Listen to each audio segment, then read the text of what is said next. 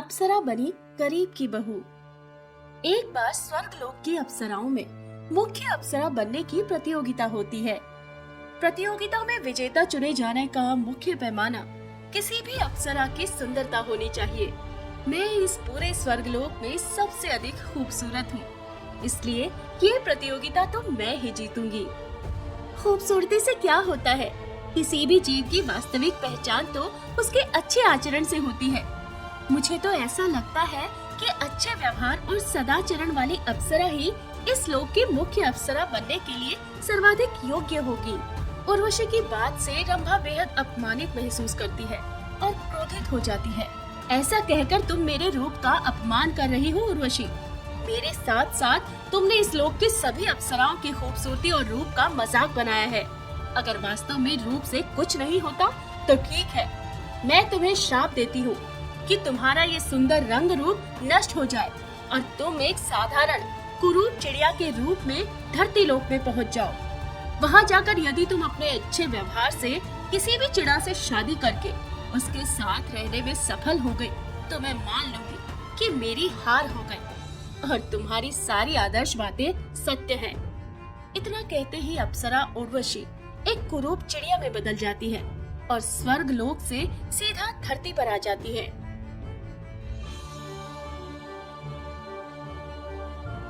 ये तुमने कैसा श्राप दे दिया रंभा?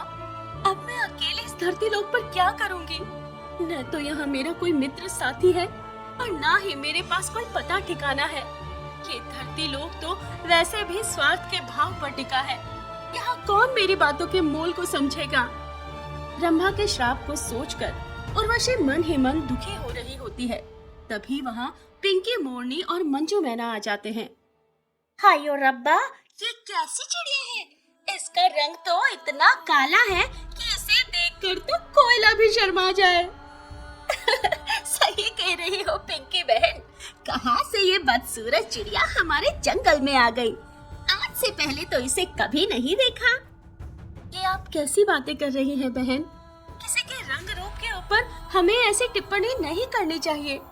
क्या रंग रूप ही सब कुछ होता है? व्यक्ति के गुण कुछ नहीं होते? तुम्हारी तो शक्ल को देखकर ही डर लग रहा है। तुम्हारे गुणों के बारे में कौन बात करेगा? इतना कहकर पिंकी और मंजू हंसने लगते हैं और वहाँ से चली जाती हैं। उफ, कितने कठोर है इस जंगल के पक्षी। यहाँ मैं कैसे अपना पक्ष साबित कर पाऊंगी? क्या वास्तव में मुझे कोई ऐसा पक्षी मिलेगा जो मेरे रंग रूप को नहीं, मेरे सुंदर व्यवहार को समझेगा? उर्वशी अपनी सोच में डूबी होती है। तभी कुछ छोटे पक्षी बच्चे खेलते हुए उसकी ओर आ जाते हैं। अरे देखो देखो पक्षियों, ये कौन है? छी, कितनी बदसूरत चिड़िया है ये। तभी अचानक एक बच्चा पत्थर उठाकर उर्वशी को मार देता है। पहले बच्चे की देखा देखी बाकी के बच्चे भी उसे पत्थर मारने लगते हैं।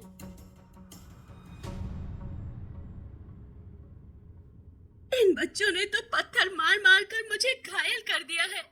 मैं कैसे इस पृथ्वीलोक पर इस रूप के साथ अपना जीवन यापन कर पाऊंगी? बेचारी उर्वशी अपने भाग्य को कोसती दूर जंगल में सुनसान स्थान की ओर उड़ी जा रही थी।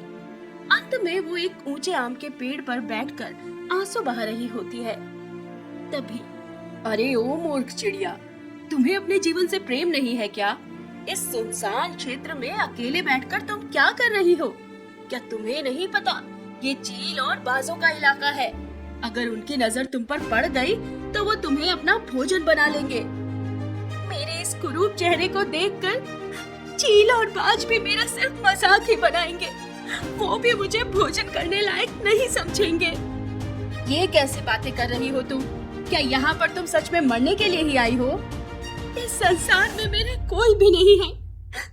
जब से मैं इस जंगल में आई हूँ, यहाँ के पक्षियों ने मेरा सिर्फ मजाक ही बनाया है। यहाँ तक कि मेरे काले रंग को देखकर कुछ बच्चों ने तो मुझे पत्थर मार मार कर घायल भी कर दिया। ऐसे रंग रूप के साथ मुझे जीने का कोई अधिकार नहीं है। मेरा मर जाना ही बेहतर है। इतना कहकर उर्वशी फूट फूट कर रोने लगती है। देखो, ये जगह बिल्कुल भी सुरक्षित नहीं है। यहाँ बैठकर बातें करने का मतलब अपनी मौत को दावत देना है। पहले तुम यहाँ से कहीं सुरक्षित जगह की ओर चलो, फिर हम लोग आराम से बातें करेंगे। सोनू चिढ़ा के प्यार से समझाने पर उर्वशी उसके साथ उड़कर सुरक्षित स्थान की ओर चली जाती है। अब तुम सच सच बताओ कि आखिर मरना क्यों चाहती हो? ना तो मेरे पास खाने के लिए भोजन है, ना ही रहने के लिए कोई स्थान है। इस जंगल के पक्षी तो मेरा चेहरा भी नहीं देखना चाहते। ऐसे में मैं जीकर आखिर करूंगी भी क्या? इसलिए मैं मर जाना चाहती थी। देखो, जब तक तुम्हारे पास रहने के लिए कोई स्थान नहीं है, तुम मेरे छोटे से घर में रह सकती हो और मेरे साथ बगीचे में काम करके मेरी मदद भी कर सकती हो। उसके बदले में मैं तुम्हें भोजन करा दूंगा, लेकिन इतनी छोटी सी बात के लिए तुम्हें मरने के बारे में नहीं सोचना चाहिए था। क्या तुम्हें मेरे काले रंग और बदसूरत चेहरे से घिन्न नहीं आती? क्या तुम अन्य पक्षियों की तरह मेरा मजाक नहीं उड़ाओगे? अरे बिल्कुल भी नहीं। रंग और रूप तो ईश्वर की दी हुई चीज है, इसमें किसी का कोई बस तो है नहीं। फिर मैं तुम्हारा मजाक क्यों बनाऊंगा?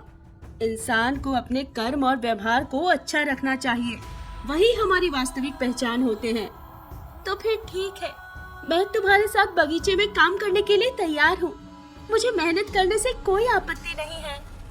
इसके बाद सोनू उर्वशी को अपने घर ले आता है और उर्वशी उसके छोटे से झोपड़े में रहने लगती है। अब जब मैं आपके घर में रह रही हूँ, तो घर के काम और जिम्मेदारियाँ भी हमें आधी आधी बांट लेनी चाहिए। अब से मैं भोजन पका दिया करूँगी और घर की साफ सफाई भी कर दिया करूँगी। अगर तुम वास्तव में मेरी इतनी मदद करोगी, तो मुझे तुम्हें घर में रखने में बहुत खुशी होगी। कुछ दिन बाद सोनू चिड़ा बीमार हो जाता है। सोनू के बीमार होने पर उर्वशी उसकी बहुत देखभाल करती है, जिसके कारण सोनू जल्दी ही स्वस्थ हो जाता है। उर्वशी, तुम बहुत अच्छी हो।